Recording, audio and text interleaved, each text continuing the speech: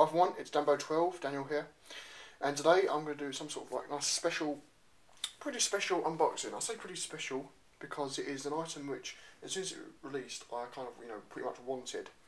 And I wanted to do this because just before I bought it, I was kind of waiting to see unboxings of both editions here in the UK, because in the UK, I saw it is, of course, as you can see probably, it's the Alfred Hitchcock Masterpiece Collection. Here we go. Really, really nice looking set. So obviously it came out in America first. It's come out in other countries like Australia and New Zealand. And our edition in the UK came out, I think it was Monday 12th of November 2012. In the UK we were going to get two editions.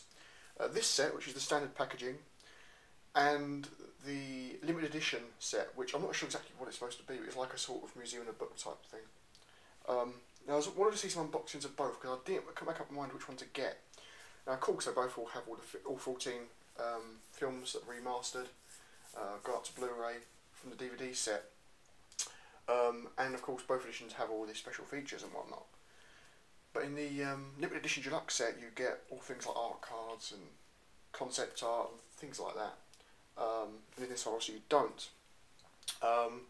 But yeah, I just want to see unboxings because I couldn't make up my mind, and I'd waited around for a while, and a few people put up unboxings of the limited edition deluxe set, but I couldn't see any unboxings of this set, so I thought I'd do one in case other people try and have the same issue, they don't know which edition to get. Ultimately, I thought I'll just order this set because one, it takes up less space, and the deluxe set is pretty big, and two, I'm a big fan of digibooks. I haven't really got many digibooks. Now I've seen the US release, I've seen people's videos of the US release, and that is a digibook.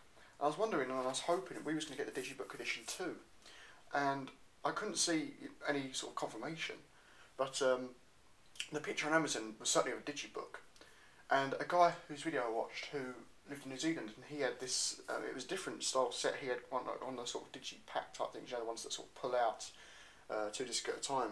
Here on them sort of sets for his, and he was saying that the UK edition is a digibook. And then when it came out, someone put a review up on Amazon of this set, and they said it was a digibook. So I was really happy about that. So I just went ahead and ordered it. Now, this obviously it comes in this sort of really nice hard casing.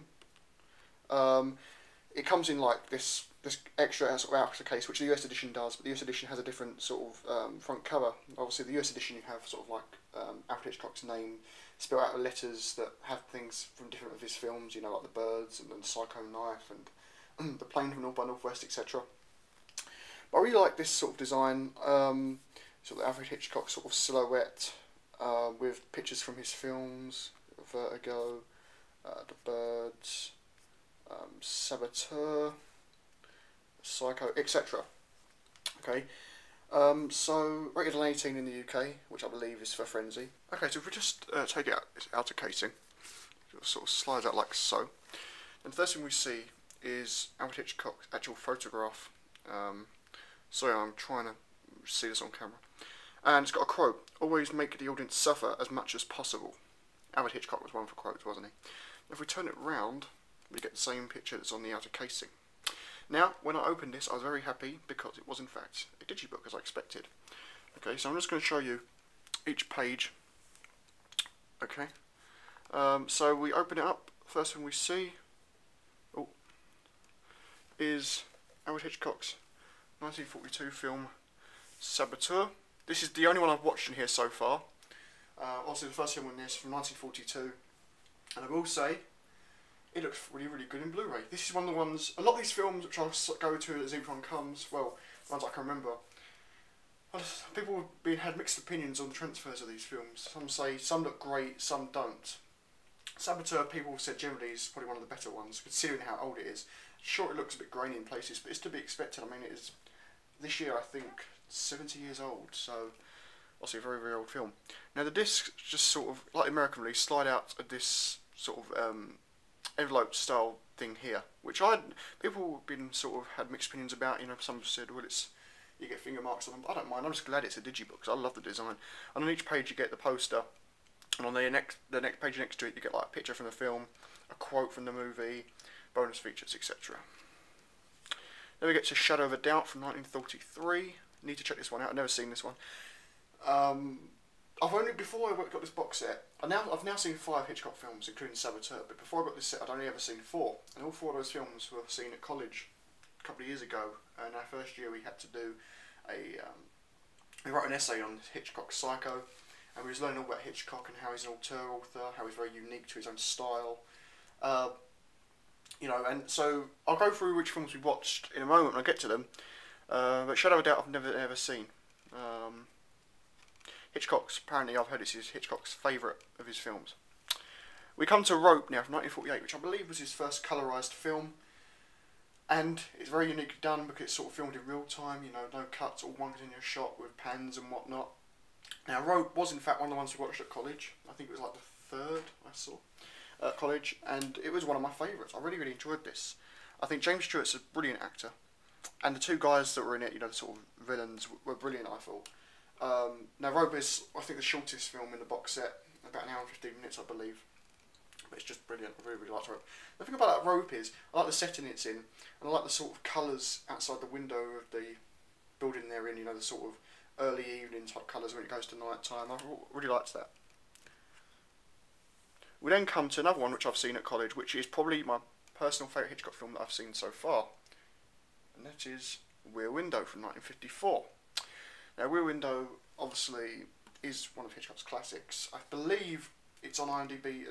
Its highest one on IMDb is top 250, but I can't be sure. But obviously, again, James Stewart, Grace Kelly, both brilliant in it. This was like the second one we watched at college, and I just fell in love with it. I really, really thought it was brilliant. The Trouble with Harry, which I've never seen, from 1955. I've heard it's Hitchcock's really one of his best comedy films. So it's nice to have a comedy included. A lot of these are thrillers, of course, and suspense type films, but nice to have a comedy included. We then come to one which I've been wanting to see for a while now, is The Man Who Knew Too Much. Now, with Doris Day and James Stewart, you may ask why I wanted to see this one so much. Well, it's because, I love James Stewart. Obviously, Doris Day is a very famous actress. And I wanted to see the scenes that were filmed around the Royal Albert Hall in London. I was really, really looking forward to seeing them, checking them out. Of course, this is the film that the song Que Sera Sera was introduced in. And it's a remake of one of Hitchcock's own, but I think it was like 1934, the original. And this is from 1956. So yeah. This one, I've heard, has got pretty bad reviews about the transfer. People say it needed to be restored more. But I'll have to see that for myself when I check it out. Next we come to another Hitchcock film which I have seen. It's a classic. It's Vertigo. This, of course, recently this year topped Citizen Kane. Citizen Kane was on top of the poll for a while. It's gone higher than Citizen Kane. It now tops the list of the Sight and Sound poll.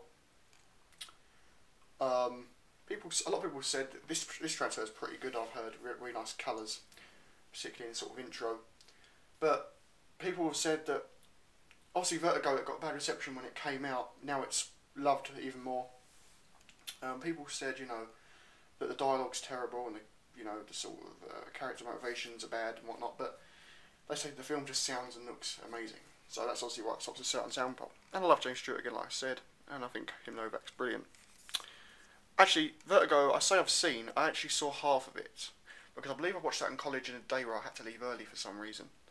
So I only got to saw half, so I definitely have to be checking that out again. We then come to Psycho, which was the other one I've seen at college, and the other Hitchcock film I've seen, which was the first we ever watched, in fact. I'm not really a big fan of the film, to be honest. I know it's a classic, and I know many people love it, and I know it's controversial to me to say that. It just wasn't my favourite of the Hitchcock movies, personally. Now, I will say as well, with these, a lot of the bonus features on these films, by the way, each film has at least 3 or 4 bonus features. Many of them are like photographs and trailers and whatnot, I believe, but each film does come with a documentary, which I've heard someone say is like half an hour long each. That's cool. But some of these films, the more popular films, have more special features than others. Like Psycho has loads of special features. Rear Window has loads. Birds, Vertigo, they tend to have more of them. We then come to The Birds. Never ever seen this one, but it's one I've been wanting to check out for a while now. A lot of people said that this is actually scary. They find it scarier than Psycho. I remember this is one that my tutors wanted to screen at college, but they weren't sure about it because they said it's quite graphic and whatnot. But you know, it's one I want to check out because I think Tippi Hedren's brilliant, and you know, a lot of people love this film. We then come to another Tippi Hedren film with Sean Connery. This is another one which I've been wanting to see for a while. Is Marnie. This was actually one that my college tutor recommended to me. We was watching Hitchcock films. I said, were there any others you wanted to show? And he said, one of my college tutors said this one was one of them. It's sort of, I heard it's sort of like an espionage. Well, I'm not sure exactly what it's about, but it says suspenseful sex and mystery. So, typical Hitchcock film sounds to me, but you know, I'm really looking forward to checking this one out. I've heard this one has got pretty bad reviews on the transfer as well, Marnie. Some people have said the faces look quite sort of grilled, kind of in a way. But I'll have to check that out. We then come to Torn Curtain from 1966, which stars Paul Newman and Mary Poppins herself, Julie Andrews. No, never seen this one. I'm not sure what it's about exactly, but doesn't get quite talked about as much as some of the others. But you know, looking forward to seeing it, and that's what I could say really. We then come to Topaz. Again, I can't say hardly anything about this because no idea what it's about. I've heard it's like espionage from '69. I think this one, I'm not sure what the reviews transfer this. I don't think they're too bad. You know, but I'll have to see. We then come to the controversial film in the set, which makes the box set an 18, is Frenzy from 1972. I've seen very mixed reviews of the transfer for this. Someone said it's okay, someone said not too good. And this was actually one I think Universal had trouble with. They apparently the credits had sort of spelling errors and whatnot at the end of this, so they did hold it back, the release, and then they've changed the credits. I think they put the original credits in or something like that. But obviously Frenzy, I've never seen it, but it's about a sort of Jack the Ripper type story, murder in London, murdering women or something like that. But you know, I've heard it's quite controversial, and it just shows with Hitchcock, as time went on, he was allowed to open up to more things and do more things, have more freedom, if you like, and put more things like this in. The final one in the box set is Family Plot from 1976, which I've heard from a lot of people on reviews have said this is probably the worst transfer in the set. Which is weird because it's like the most modern, it's the sort of newer film out of the lot. People said it does look grainy.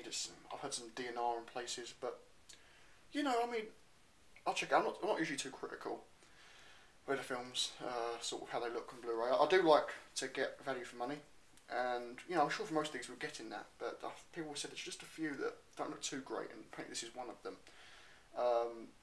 Hitchcock's last film, I believe. I don't know a lot about it else than that, to be honest, but yeah, they released about four years before he died. But you know, looking forward to checking this one out as well. And the last page says the end. So guys, that is the set. I want to say a couple of other things. The one disappointment I had with this, and Jimmy, I absolutely love it. The one disappointment I had was that it didn't come with the book. In the US edition, even in the standard set you get the Master of Suspense book all about Hitchcock and his films. And in the UK deluxe edition, I know you get that. And I expected it to come in this because, you know, the US set had this. But we didn't. It didn't come, and I thought, well, that was a bit of a disappointment. But it doesn't matter too much. I know it sounds a bit silly me going on about a book, but you know, it's just a nice to have as sort of extra. And the main thing is got the films, got all the special features, got the digibook edition which I wanted. So all in all, happy. Yeah, that's all else to say really. I'd definitely recommend picking this up. You can get it, not bad prices online. Picked one up for about 90 odd quid. Or you could wait to see if it goes down in price.